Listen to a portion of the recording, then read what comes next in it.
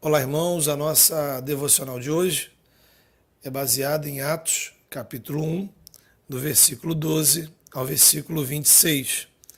Esse texto nos coloca diante da transição entre o fim do ministério de Jesus na terra e o início do ministério da igreja. Podemos explicar o tempo de Jesus aqui na terra em 5 grandes capítulos. Primeiro, a encarnação, quando o Filho de Deus se tornou humano no ventre de Maria. Depois, o ministério, o tempo em que ele ensinou, curou, fez milagres. Terceiro, a crucificação, quando ele foi morto na cruz como sacrifício pelos nossos pecados. Em quarto lugar, a ressurreição, quando Deus Pai o levantou dos mortos, fazendo vencer o mundo, a morte e todas as forças malignas. O quinto momento é a ascensão, quando Deus Pai exalta Jesus, elevando-o às alturas. Assim, hoje, nesse exato momento, Jesus está nos céus, ao lado do Pai, como Rei dos Reis e Senhor dos Senhores.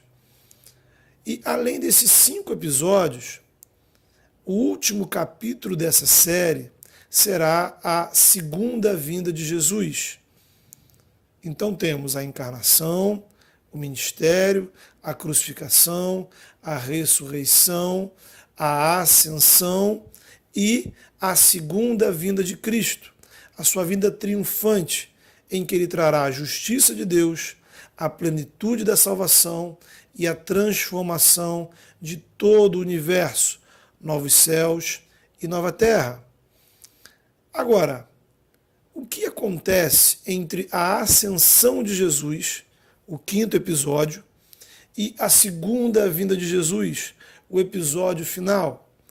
O que, afinal de contas, Jesus está fazendo nesse tempo todo que ele está no céu até o dia da sua segunda vinda? Veja você que entre a ascensão e o último capítulo, o capítulo da segunda vinda, existe um penúltimo episódio. É o episódio que começou no livro de Atos e continua até hoje. É o tempo em que Jesus age no mundo através dos seus discípulos. Para o espanto de muitos e até escândalo de alguns, Jesus subiu aos céus e deixou com os seus discípulos a missão de continuar a obra dele aqui na terra. Dessa forma, igreja não é nada menos do que o instrumento através do qual Jesus realiza sua obra aqui na terra. Significa dizer que igreja não é um bando de gente religiosa que se encontra aos domingos. O Jesus exaltado, o Filho de Deus, aquele que tem um nome sobre todo o nome, instituiu a igreja para que ela continuasse a obra dele nesse mundo. Por isso, ela é chamada de corpo de Cristo. Somos igreja quando cremos e obedecemos a Jesus. Quando os cristãos fazem o que Jesus lhes mandou fazer, quando a igreja faz o que Jesus ordenou a ela, é a igreja que está fazendo. São os cristãos que estão fazendo, mas é Jesus quem está agindo. Ele faz e age por intermédio de pessoas como nós. Esse é o privilégio e a responsabilidade de sermos igreja. É o privilégio de ser o instrumento dele nesse mundo. Pessoas conhecem o amor de Deus revelado em Jesus através da igreja. Você já experimentou a graça de Deus na sua vida? Você talvez já confessou Jesus como seu Senhor e Salvador. Você talvez já foi batizado.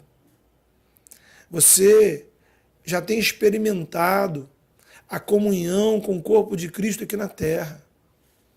Saiba então que você tem uma missão. ser o instrumento de Deus para levar a esperança do Evangelho para a vida dos seus amigos, dos seus familiares, de pessoas que estão ao seu redor. E ainda é mais do que isso.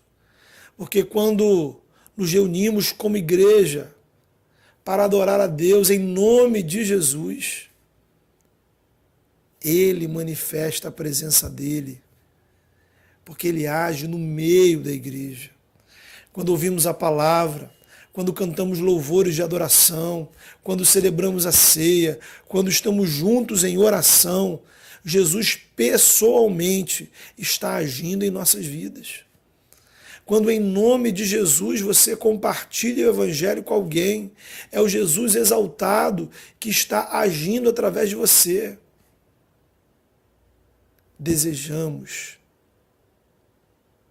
experimentar a ação de Jesus na nossa vida. Por isso, nos reunimos para cultuar. Nesse exato momento, quando você ouve a palavra de Deus, creia, Jesus pode estar agindo na sua vida. Portanto, é fundamental você entender que a igreja nunca foi planejada para ser um teatro, onde os espectadores vêm para assistir atores no palco. A ideia da igreja como um espetáculo que a gente vai assistir nada tem a ver com a intenção de Jesus nos evangelhos. Igreja é comunidade em que todos participam. Igreja é corpo, onde cada pessoa é membro com uma função específica e importante.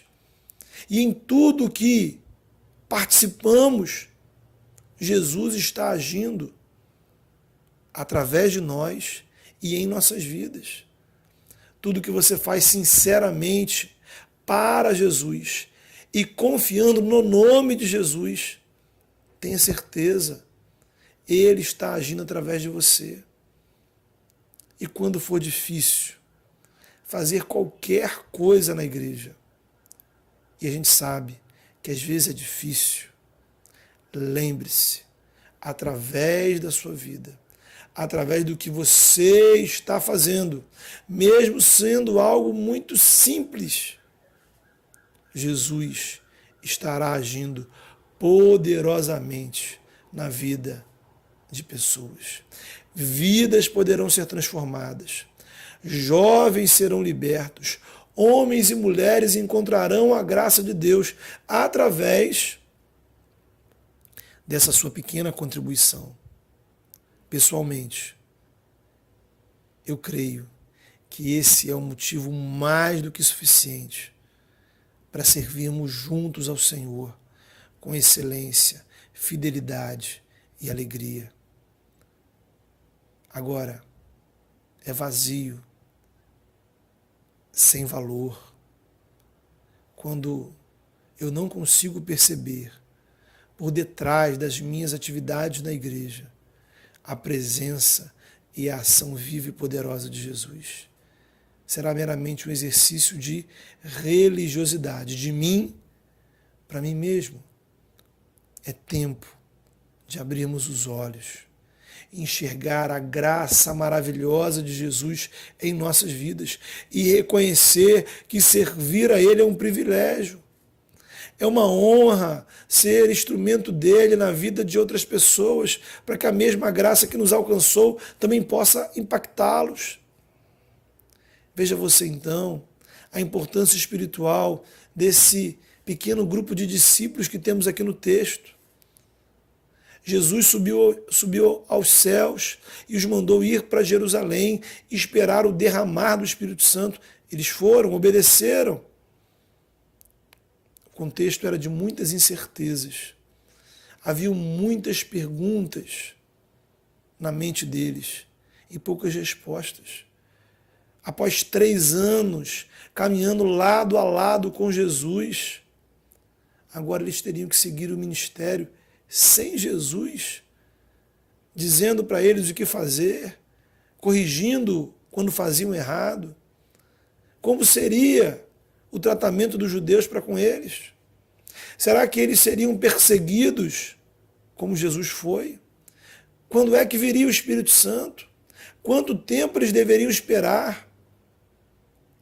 Talvez o seu momento de vida seja muito parecido com o desses discípulos, cheio de incertezas, preocupações.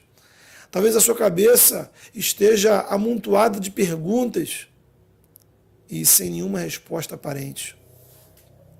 Daí, é interessante observar como aqueles discípulos atravessaram aquele momento. Eles resolveram enfrentar juntos. Uma das graças que o Senhor ministra em nossas vidas, através da igreja, é a comunhão. Em contrapartida, um dos efeitos do pecado e da ação maligna contra nós é a solidão. Jesus nos proporciona comunhão. O pecado te leva à solidão, ao isolamento. Quem criou a comunhão foi Deus. Fomos criados para viver em relacionamento, andar juntos. E basta olharmos o livro de Gênesis para ver como o pecado destrói tudo isso. Faz parte da ação do inimigo destruir relacionamentos, acabar com amizades, acabar com famílias, destruir a nossa comunhão com a igreja. E ele faz isso plantando na nossa mente, na nossa vida, semente do mal. As obras da carne, inimizade, rivalidade, egoísmo, discórdia, ciúmes. O diabo não quer que você ande em comunhão. Ele quer te isolar dos seus amigos, te afastar daquelas pessoas que são bênçãos para a sua vida. Ele atua para isolar maridos e esposas, filhos e pais. Ele cria todo tipo de dificuldade para atrapalhar a sua caminhada na igreja, com a igreja, porque é na solidão que ele te destrói. O plano de Deus para a sua vida é comunhão. Veja você que no Antigo Testamento, Deus não apenas chamava pessoas para o servirem, ele estabeleceu um povo. Ele andava com esse povo e ele se fazia presente no meio desse povo. O Salmo 33, 133, vai dizer que é na comunhão que o Senhor ministra a sua bênção. Quando Jesus iniciou o seu ministério, ele chamou pessoas e formou com elas uma pequena comunidade de discípulos. Eles andavam juntos, a ponto de Jesus dizer: já não vos chamo servos, mas amigos. E quando Jesus orou e intercedeu ao Pai pelos discípulos, o que é que Jesus pediu? Pediu que eles tivessem unidade. Naturalmente, Jesus tinha os seus momentos a sós, momentos em que ficava intencionalmente sozinho para orar, meditar. Momentos a sós fazem parte de uma vida saudável. Agora, solidão e isolamento não é parte do plano de Deus para a sua vida. É junto com outros servos de Deus que experimentamos a graça dele sobre nossas vidas. Por isso, valorize os relacionamentos que Deus colocou na sua vida. Se aproxime de pessoas que podem te abençoar. Tenha a humildade de ser abençoado por outras pessoas. Tenha a generosidade de se aproximar de outras pessoas para ser bênção para elas. Na igreja, somos irmãos. Não é porque a gente pensa todo mundo igual, mas porque o sangue de Jesus foi derramado sobre nossas vidas e nos fez filhos de um mesmo Pai, membros de um mesmo corpo. O que nos une é maior do que o que nos separa. Portanto, querido, vigie. Vigie e ore, porque o inimigo está trabalhando para te afastar de amigos através dos quais ele quer te abençoar, Deus quer te abençoar. Gente que se importa com a sua vida espiritual. Ele pode estar agindo para separar você da sua família. Vigie e ore, preste muita atenção em como ele está criando situações para te afastar da igreja. A graça de Deus em nossa vida é como o abastecimento de água na sua casa. Precisamos de várias torneiras. Quando o único canal aberto para a sua edificação é você mesmo, você pode ter certeza que muito em breve sua vida espiritual vai secar. É preciso abrir outras torneiras.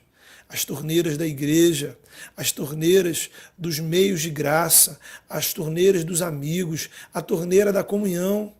Cuidado com o orgulho e a arrogância que te fazem rejeitar pessoas que são instrumentos de Deus na sua vida. Uma das primeiras coisas que acontecem na vida daqueles que se afastam do Evangelho é o isolamento. Olhe, por exemplo, desses apóstolos, homens crentes, escolhidos pessoalmente por Jesus, que testemunharam milagres, testemunharam a própria ressurreição. Eles não se consideraram espiritualmente superiores a ponto de não precisar estar junto com os demais discípulos. Eles decidiram caminhar em comunhão. Talvez não exista algo mais didático na igreja para explicar isso do que a celebração da ceia. É uma refeição que comemos juntos. Não dá para celebrar a ceia sozinho, pela internet, pelo celular. A ceia é uma celebração física da comunhão do corpo de Cristo. Porque é o estar junto. Comunhão é andar junto com outras pessoas, é sentir a dor do outro, é chorar com o outro, é se alegrar com o outro.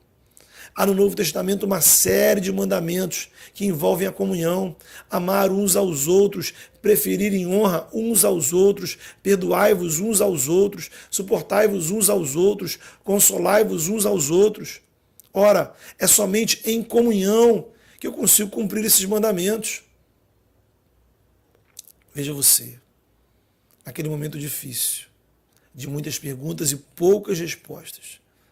Aqueles discípulos enfrentaram tudo aquilo, tomando uma decisão, andar em comunhão, ficar juntos. Deus tem algo muito especial para a sua vida. Deus tem uma obra extraordinária em você e através de você. Mas não é no isolamento, nem na solidão. É em comunhão, junto com outros servos de Deus, sendo abençoado e sendo bênção, que você vai experimentar isso. Deus te abençoe. Amém.